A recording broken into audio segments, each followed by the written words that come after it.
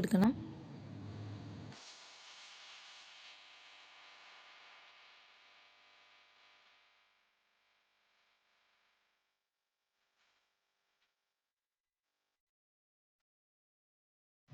അപ്പോൾ അത് നന്നായിട്ടൊന്ന് ചൂടായി വന്നിട്ടുണ്ട്.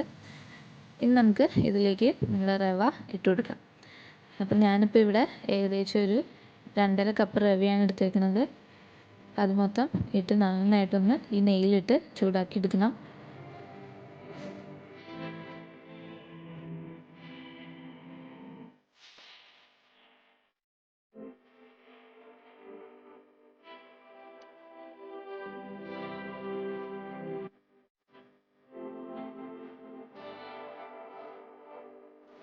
ഇപ്പം നല്ല റവയൊക്കെ മൂത്ത ആ ഒരു സ്മെല്ല് വരുന്നുണ്ട്.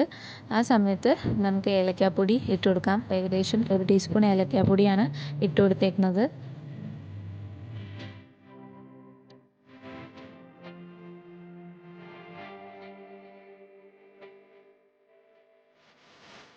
ഇനി ഇത് നന്നായിട്ടൊന്ന് മിക്സ് ചെയ്തെടുക്കണം. ഇപ്പം ഏകദേശം ഒരു 20 മിനിറ്റോളം ഇപ്പം മിക്സ് ചെയ്തിട്ടുണ്ട്.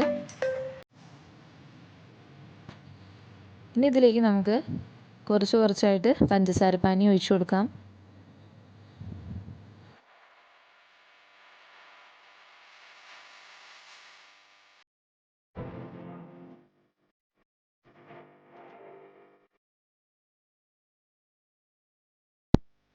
അപ്പോൾ ഈ പഞ്ചസാരപ്പാനി റവയും കൂടി കട്ട പിടിക്കാണ്ട് നോക്കണം. അതിന് വേണ്ടിയിട്ട് നന്നായിട്ട് ഇതൊന്ന് മിക്സ് ചെയ്ത് കൊടുക്കണം.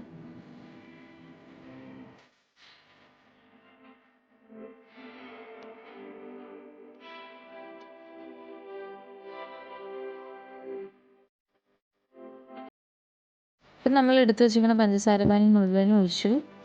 ഇതൊന്ന് നന്നായിട്ട് മിക്സ് ചെയ്ത് നമുക്ക് ഒരു 5 മിനിറ്റ് ലോ ഫ്ലെയിമിൽ ഒന്ന് വേവിക്കാനായിട്ട് വയ്ക്കാം.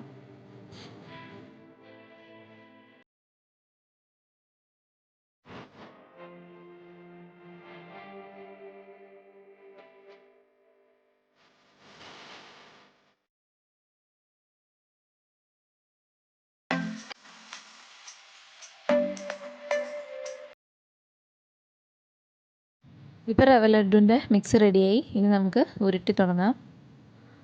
അപ്പോൾ ഇതേപോലെ നല്ല സോഫ്റ്റായിട്ടുള്ള റവ ലഡു കിട്ടും.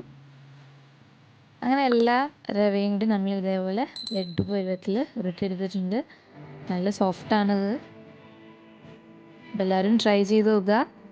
എൻ്റെ കമൻസൊക്കെ അറിയിക്കുക. Thank you.